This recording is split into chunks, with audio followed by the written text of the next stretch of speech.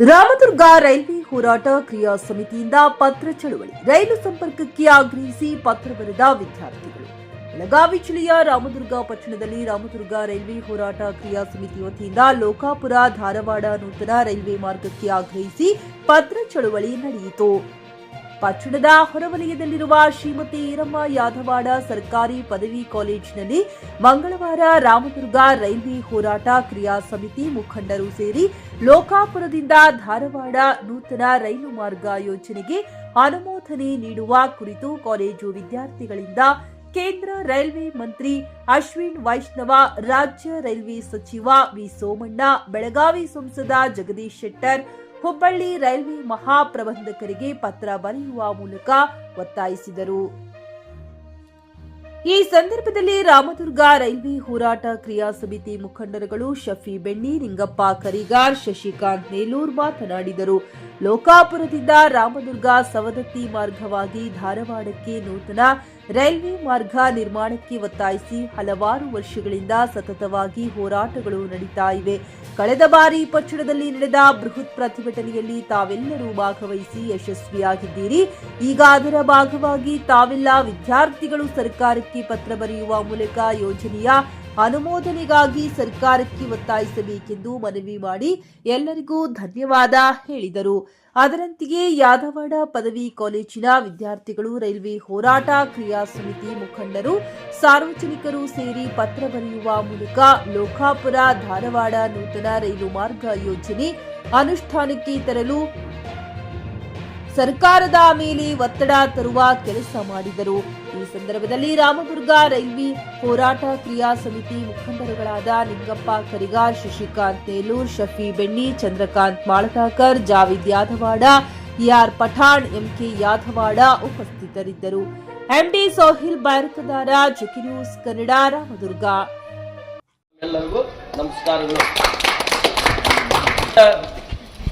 ನಿಮ್ಮ ಒಂದು ಬೆಂಬಲದಿಂದ ಈ ಹೋರಾಟ ಮುಂದುವರೆದು ಒಂದು ಹಂತಕ್ಕೆ ತಲುಪಿದೆ.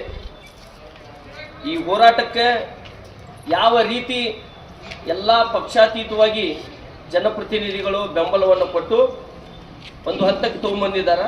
ಇದು ಸಾಧಾರಣ ಒಂದು ಮಾರ್ಗ ಅಲ್ಲ, ಒಂದು ಸಾಧಾರಣ ಯೋಜನೆ ಅಲ್ಲ. ಸುಮಾರು ಒಂದು 4 ರಿಂದ 5 ಸಾವಿರ ಕೋಟಿ ಇದು ಈ ಯೋಜನೆಗೆ ಬೇಕಾಗ್ತೈತಿ. ಲೋಕಾಪುರ್, ಬಟ್ಕುರ್ಕಿ, ರಾಮದುರ್ಗ, ಶಬರಿಕೊಳ್ಳ, ಸಿರ್ಸಂಗಿ ಕಾಳಮ್ಮ ದೇವಸ್ಥಾನ, ಯಲ್ಲಮ್ಮಗುಡ್ಡ ದೇವಸ್ಥಾನ, ಆಮೇಲೆ ನಮ್ಮ ಧಾರವಾಡಕ್ಕೆ ಹೋಗಿ ಈ ಮಾರ್ಗವನ್ನು ಸೇರ್ತೈತಿ.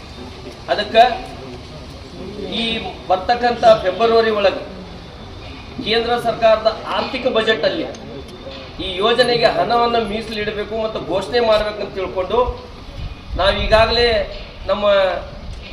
ನಮ್ಮ ಶಾಸಕರಾಗಿರ್ಬೋದು, ನಮ್ಮ ಸಂಸದರಾಗಿರ್ಬೋದು, ಅವರ ಮುಖಾಂತರ ಒತ್ತಡವನ್ನು ಹಾಕಿದಾಗ ಈಗ ಮತ್ತೆ ನಮ್ಮ ಕೇಂದ್ರ ಸರ್ಕಾರದ ರೈಲ್ವೆ ಮಂತ್ರಿ ಆದಂಥ ಅಶ್ವಿನಿ ವೈಷ್ಣವ್ ಅವರಿಗೆ ನಾವು ಪತ್ರ ಚಳವಳಿ ಮಾಡಿ ಪತ್ರದ ಮುಖಾಂತರ ಅವರ ಮೇಲೆ ಒತ್ತಡವನ್ನು ತರಕ ಈ ಸಂದರ್ಭ ಮತ್ತು ಈ ಕಾರ್ಯಕ್ರಮವನ್ನು ಹಮ್ಮಿಕೊಂಡಿದ್ದೀವಿ.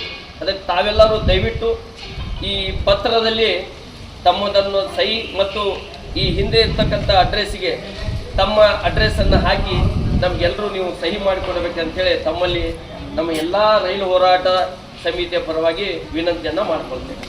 ಖರೀದಿಸುವ ಪ್ಲಾನ್ ಇದ್ದೀರಾ? ಹಾಗಾದ್ರೆ ಕೇತಕಿ ಡೆವಲಪರ್ಸ್ ನಲ್ಲಿ ಮೂಲಭೂತ ಸೌಕರ್ಯಗಳುಳ್ಳ CC road, footpath, garden, under drainage, water supply, ಉತ್ತಮ ಪರಿಸರವುಳ್ಳ ಫ್ಲಾಟ್ಸ್ ಲೇಔಟ್ ಲಭ್ಯ. ಬೀದರ್, ಹುಮ್ನಾಬಾದ್ ಸೇರಿದಂತೆ ಹಲವು ಭಾಗಗಳಲ್ಲಿ ಸುಂದರ ಲೇಔಟ್ಗಳಿದ್ದು ಅತ್ಯುತ್ತಮ ಬೆಲೆ, ಇಎಂಐ ಸ್ಕೀಮ್ಸ್ ಅನ್ನು ಲಭ್ಯ. ಹಾಗಿದ್ರೆ ತಡೆಯಾಕೆ? ಹಿಂದೆ ಸಂಪರ್ಕಿಸಿ 7676474747. ಎಂಡಿ ಸಂಗಮೇಶ್ ಚಿದ್ರಿ, ಹುಮ್ನಾಬಾದ್. ಗ್ರಾಹಕರ ಸ್ಯಾಟಿಸ್ಫ್ಯಾಕ್ಷನ್ ನಲ್ಲಿ ನಂಬರ್ 1 ತೃಪ್ತಿಕರ ದೈಹಿಕವಾದ ಹುಮ್ನಾಬಾದ್ನ ಎಸ್ವಿ ಟಿವಿಎಸ್ ಶೋರೂಮ್ ನಿಮಗಾಗಿ ತರುತ್ತಿದೆ ಹೊಸ ಮಾಡೆಲ್ಗಳ ಹೊಸ ಬೈಕ್ಗಳು. ಇಲ್ಲಿ ಟಿವಿಎಸ್ ನ ಸ್ಪೇರ್ ಪಾರ್ಟ್ಸ್ ಹಾಗೂ ಸರ್ವಿಸ್ ಕೂಡ ಲಭ್ಯ. ಹಾಗಿದ್ರೆ ತಡೆಯಾಕೆ? ಹಿಂದೆ ಭೇಟಿ ನೀಡಿ, ನಾಗಲಕ್ಷ್ಮಿ ಧಾಬಾ ಹತ್ತಿರ, ಗುಲ್ಬರ್ಗಾ ರೋಡ್, ಹುಮ್ನಾಬಾದ್. ಹೆಚ್ಚಿನ ಮಾಹಿತಿಗಾಗಿ ಸಂಪರ್ಕಿಸಿ 8494951009.